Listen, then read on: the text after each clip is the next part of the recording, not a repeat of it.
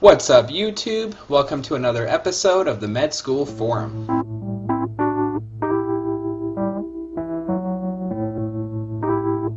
Now, in this episode, we're going to talk about a probably unusual topic, writing utensils. Now, given that most of you are academics or students who watch these videos, you probably do a lot of writing, a lot of reading, a lot of studying, and so forth. So, maybe some of you are really into the utensils that you use, such as your writing instruments, and some of you may care not at all.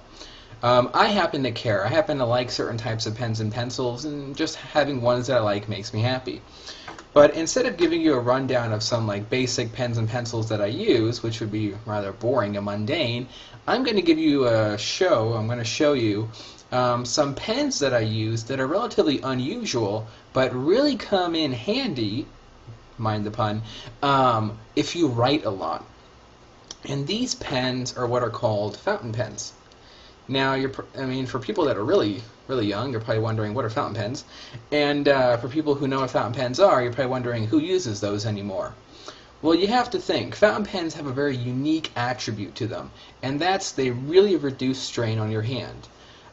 If you use a ballpoint pen a lot, you may realize that if you're doing a lot of writing, a lot of note-taking, a lot of reading, a lot of teaching, or whatever you do, that over time, after like an hour or so, your hand will get a bit tired if you're writing continuously.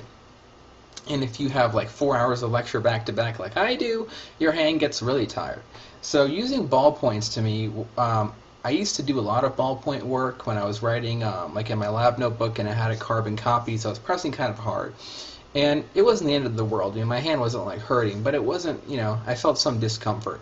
So when you're not writing in those kind of carbon copies, you're just taking notes, or you're just drawing diagrams and studying things, you can use fountain pens. So the benefit of fountain pens is that the tip of a fountain pen, this one has a black tip, I don't know how well it's going to show here.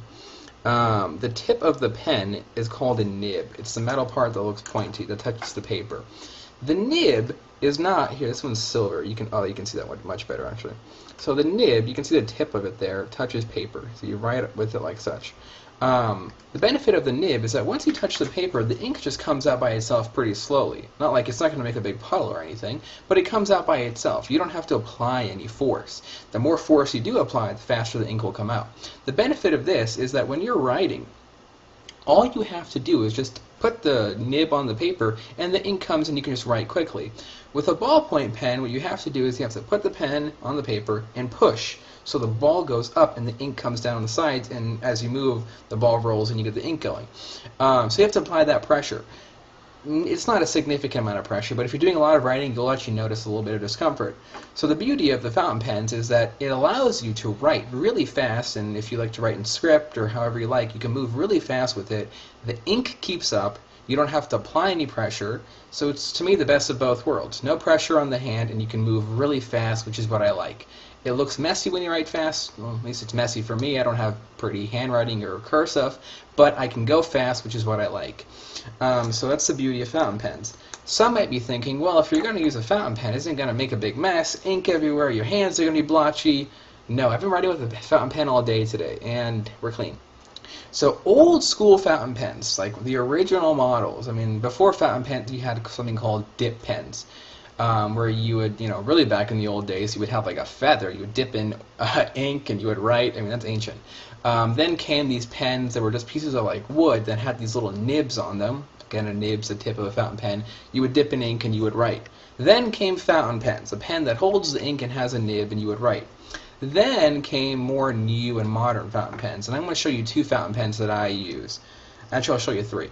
So the first one is my oldest fountain pen, and this is called an Esterbrook. That's the manufacturer, and it's a U.S. company. They were around in the 60s and 70s, maybe the 80s, I don't know. But this pen's from 1968. I got it off eBay. And it screws in. It has a sack on the inside here. So you see this little lever? So the pen itself, the way it functions, is that you have this nib, you put it in the bottle of ink, and you pull the lever down. It suppresses the sack. You put the lever back up. It opens it up like that, just because it's plastic, and it sucks ink in. And then you have the ink in the sack, And then when you write, the ink just slowly comes out and goes on the nib, and you just keep refilling it every couple days or so, depending on how much you write. So it's really simple. Ink doesn't spill out. See, well, nothing's happening, because it's held in there really well. So that's a more old model. Newer models, like this one's made in 2011. It's made by a company called Lamy, L-A-M-Y. This is the Lamy Safari. That's the model. And it's a black on black edition. I don't know why I like this black on black. But what happens is you also, let's take that open, you put the tip in the ink and you twist this, which pulls back a plunger in this little plastic capsule. That just pulls the ink back up. It's the same thing I do with the sack. Instead of using a lever and using a plastic sack, you have a piece of plastic and you just pull and you just twist this, which pulls the suction and it pulls ink up. Ink goes down, comes out the nib. Again, nothing spilling. And it's the same idea, just a little bit cleaner design. With these things, you can also buy little plastic cartridges in which you just push in and you just use the ink and it comes out. You throw that away, you buy another one, and you just keep putting them in. I have this refillable cartridge, so because I have a bottle of ink and you can just refill it up. Just depends on what you like. So these are like what are called permanent fountain pens. You can keep refilling them.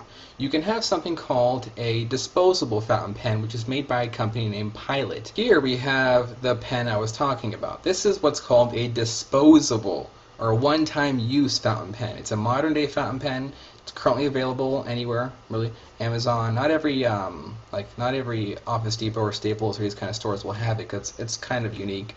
But you can get it on Amazon. It's pretty cheap. So it's made by Pilot, as you can see there. Made by Pilot. This is called the Pilot Varsity. That's the model. Pilot's a manufacturer. And it is a modern day disposable. So it's all made out of plastic except for the nib, which is metal. Very smooth writing.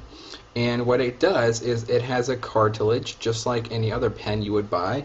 If you have one of these pens, you know, these simple writing ball, I don't know if it's a ballpoint, but a simple pen, you'll notice this is also made by Pilot. It's called the Pilot Precise. There's tremendous similarity. Same design here, same cartilage of ink, just different ends, or we call them nibs. So it depends on how you like to write. So the beauty here of these is that you can use a fountain pen, same benefits of all the nib, and when you're done, you can throw it away. It's a little bit expensive to keep making these and throw them away, which is why I would recommend buying a permanent fountain pen, which is more pricey than a ballpoint, but it'll last you a very long time. And for those of you who haven't seen a bottle of ink before, or only seen one, they still make them brand new. You can buy it. This one's brown ink. And there's just ink in here. If I were to open it, it would, you know, well, I can open it for you. But it's just ink. It's just a bottle of ink, and there's liquid in there of ink. If I pour it, it'll spill and stain everything. You know, you can get any color you want. I also have blue. You know, you can have blue. This is all made by a company. I'm not familiar with them, but they're make really good ink. You can also buy kind of generic brand. This is black. I got it at some really cheap store, but it works just fine. So the notion there is that you buy a bottle of ink, you can refill it with a fountain pen, and it's great. It's really, in the end, it actually means that it ends up being cheaper than a ballpoint. Who would have thought, right? And you have a really high quality pen. You can keep it for as long as until you break it, and it writes really well and smooth. And that's true for any type of fountain pen you buy, whether these little disposable ones, or a nice one, or a high-end one that can cost a lot of money. This one, I think, goes for somewhere around $20 to $30, which sounds like a lot of money until you realize you can have it forever until you break it. Which I can't imagine how you would break this, because it's like made out of some really hard plastic and the nib's made out of metal. So as long as you're careful, this pen's never going to go bad. You just keep buying ink, which is practically at this point the cheapest component. So the notion of easy writing that comes with these is contingent upon the nib that you have. Most nibs are quite broad, meaning that the actual tip with which you write is kind of broad. It's right there. And if it's a broad tip, or wide tip as we call it, it'll write really smooth. The smaller, or the more fine writing you can do, the more scratchy it might feel. So if you are going to get one, get a broad tip, talk to the person you're buying it from, tell them I want to do general or medium broad tip writing, and it works really well. I use these pens, especially this one, a lot. I carry around in my pocket. I use it when I take notes. I use it when I'm studying and drawing diagrams. It's a nice, really cost-effective and very smooth writing way when you're studying, and I think it's fun. If you like your writing utensils or instruments to be specific to what you like and you take pleasure in them, try fountain pens. I started just using these about a year or so ago, and I'm very glad that I did. So this is just a rather unusual video regarding a fountain pen review in one hand and how to take, note-taking to ease yourself and make them more fun, and reduce the stress on your hand on the other. But nonetheless, if you like writing utensils, I hope you enjoyed this video. And if you want, share it with your friends. If you feel like it, go ahead and subscribe to my channel if you like my wide variety of videos that pertain to the medical school experience. And I hope to make some more videos. And as always, enjoy your studies.